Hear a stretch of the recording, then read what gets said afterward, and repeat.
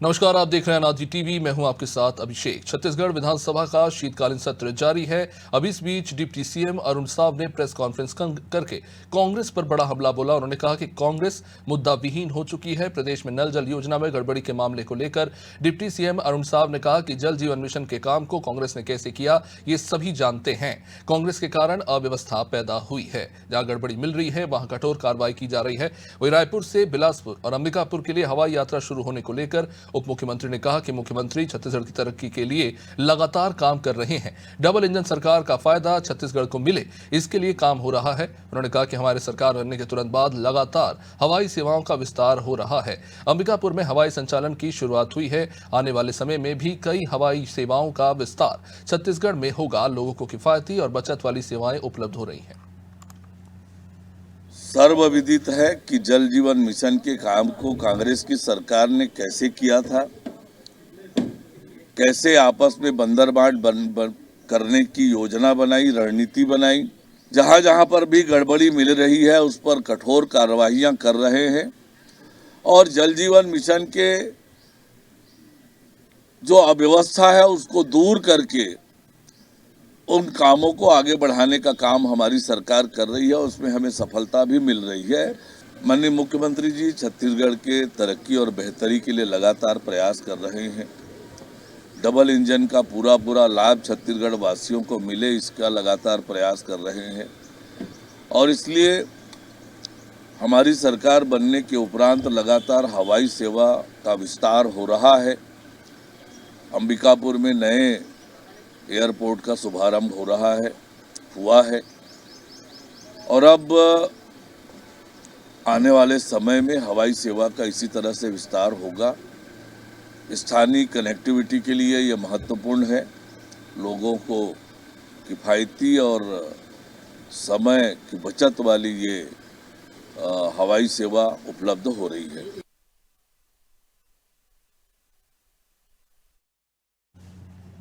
चलिए, छत्तीसगढ़ के विधानसभा के शीतकालीन सत्र को लेकर घमासान जारी है। जहां एक तरफ कांग्रेस सरकार पर घोटाले के आरोप लगा रही है तो वही दूसरी तरफ सरकार कहीं ना कहीं अपनी तरफ से सफाई पेश करने की कोशिश जरूर कर रही है।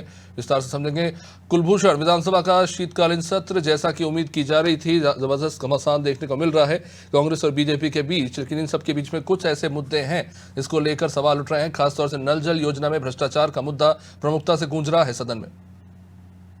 बिल्कुल, काफी सारे मुद्दे थे को लेकर यहाँ पर जो विपक्ष है उन्होंने सवाल उठाए थे। काफी सारी चीजों को यहाँ पर विपक्ष ने सवाल उठाए थे। वहीं भाजपा के भी कई ऐसे सवाल थे क्योंकि पिछले 5 साल की सरकार के दौरान क्या क्या चीजें हुई हैं, किन चीजों में कमी आई है, किन कारणों की वजह से अब जो तत्कालीन सरकार है उसको क्या दिक्कतों का सामना करना पड़ रहा है।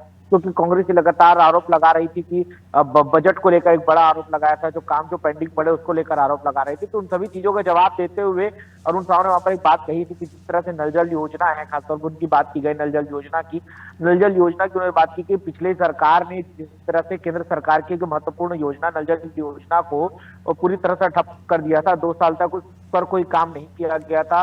लोगों के घरों तक जो पाइपलाइन जानी चाहिए थी, जो पानी जानी चाहिए थी, वो कार्य पूरी तरह से ठप पड़ा हुआ था। केंद्र का वो लोग गवाही दे रहे थे कि केंद्र से उसके लिए पैसे नहीं आ रहे, जबकि केंद्र पूरी तरह उसके लिए तैयार थी। केंद्र वहां से पैसे भी दे रही थी, सारी चीजें हो रही थी, लेकिन उसके बावजूद जो सरकार थी तत्कालीन वो पैसों का उपयोग दूसरे कार्यों में कर रही थी, ना कि जिस चीज के लिए वो पैसे आ रहे थे उसमें वो लगा रही थी। इसके चलते अब भाजपा सरकार जब आई है तो उसे सुचारू रूप से फिर से दोबारा चालू कराया गया है और जो कार्य 2 साल पहले कर देना चाहिए था, जो कार्य 2 साल पहले होना चाहिए था, उन कार्यों की शुरुआत अब की गई है। यही वजह है कि लोगों के घरों तक जिस तरह से है वो काफी दिक्कत हो रही है। जो लोगों के घरों तक जो पानी जाना चाहिए था वो अब तक नहीं पहुंच पाया है। जी कुलभूषण, बड़ा दिलचस्प मामला है। भाजपा विधायक धर्मलाल कौशिक ने सदन में ईओडब्ल्यू नहीं ईडी से मामले की जांच कराने की मांग की। क्या भाजपा को अपने प्रशासनिक तंत्र पर भरोसा नहीं कि वो निष्पक्ष जांच नहीं कर सकते इस घोटाले का? देखिए, ये बड़ी सोचने वाली बात है क्योंकि ईडी को लेकर वैसे ही बहुत संशय बना हुआ था क्योंकि लगातार कांग्रेस जो है तो भाजपा को ईडी को भाजपा का गुलाम बताते आ रही है कि ईडी जो है वो भाजपा के कहने पर काम करती है। ईडी जो है भाजपा के कहने पर ही जितनी भी कार्रवाइयां हैं वो करती हैं। लेकिन अब जिस तरह से भाजपा ने फिर एक बार ईओडब्ल्यू की जगह ईडी को उसमें कार्रवाई करने के लिए कही है, तो इसको लेकर कांग्रेस ने फिर इस पे आरोप लगाया है कि ये तो होना ही था, हमने पहले से ही कहा है कि ईडी जो है वो भाजपा का ही एक तंत्र है करके। अब ये किस तरह से बात हुई कि क्या इस पे शक था कि ईओडब्ल्यू इसको ठीक से कार्रवाई कर पाएगी कि नहीं, क्योंकि प्रदेश की राज्य की कुलभूषण, संस्था है और ये भी कितना दिलचस्प है कि नल जल योजना एक सतत प्रक्रिया चल रही है पाइपलाइन लगाने की। एक साल बाद कांग्रेस की सरकार में घोटाले का मुद्दा उठ रहा है। क्या इस बात से भी इनकार नहीं किया जा सकता कि मौजूदा सरकार की निगरानी में भी गड़बड़ी हुई है? बिल्कुल ये कहा जा सकता है, क्योंकि एक साल बाद इस मुद्दे को यहाँ पर उठाया गया है। हालांकि मुद्दा ये पिछले जो सत्र हुआ था उस दौरान भी ये कुछ बातें सामने आई थी, लेकिन उस वक्त जो है सरकार नहीं थी और इस नल जल योजना पे उनकी कार्य भी उस समय पे शुरू नहीं की गई थी। अब चूंकि कार्य दोबारा नल जल योजना पे शुरू की गई है और जैसे ही काम शुरू हुआ है, तत्काल जो है फंड की कमी और जो व्यवस्था है वो पूरी तरह से चरमराई वहां पर नजर आई है। यही वजह है कि एक साल बाद जो है इन नल जल योजना पे दोबारा से जो है सवाल यहाँ पर उतरे हैं। खास तौर पर कुछ चीजें भाजपा ने कही थी कि नल जल योजना से जुड़े कई ऐसे डॉक्यूमेंट है जो वो जनता के सामने वहां पर रखेंगे कि इसमें किस तरह से घोटाले की बात सामने आ रही है, किसका पैसा था, कहाँ लगाया गया, अब तक कार्य क्यों रोका गया, क्या जिसमें कारण थी।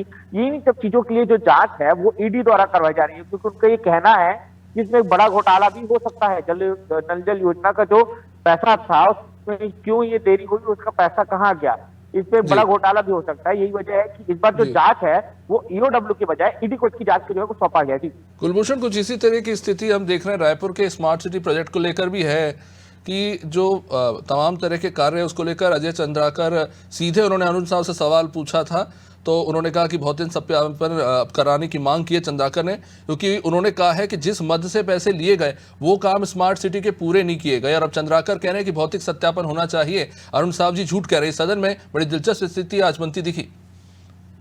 जी बिल्कुल, एक चीज है कि आज जिस तरह स्मार्ट सिटी के पैसों को लेकर बात है, क्योंकि पिछले लंबे समय से रायपुर नगर निगम में कांग्रेस की ही सरकार जो यहाँ पर रही है, लगातार पिछले 15 सालों से कांग्रेस यहाँ पर जीतती आई है। स्मार्ट सिटी योजना भी इन्हीं कार्यकाल के दौरान यहाँ पर आया था। अब स्मार्ट सिटी में अब तक कितना खर्च किया गया, कितना व्यय किया गया, किन किन कार्यों में इसको लगाया गया, खासतौर पर पिछली सरकार के दौरान जब राज्य में भी और नगर निगम में भी दोनों ही तरफ कांग्रेस की सरकार थी और बेधड़क तौर पर यहाँ पर जो है स्मार्ट सिटी का पैसा यहाँ पर उपयोग किया गया था।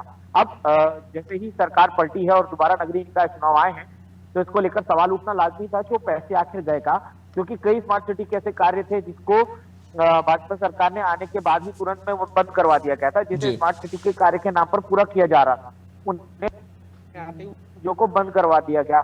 तो अब ये सवाल उठना यहाँ पर लाजमी था, क्योंकि जिस तरह का उसका हुआ है, किन चीजों पर उसका सही मायने में उसका उपयोग किया गया है और उन योजनाओं का सही अभी करंट पोजीशन उसकी योजनाओं की क्या है। तो निश्चित रूप से बड़ा सवाल है। बहुत बहुत शुक्रिया कुलभूषण।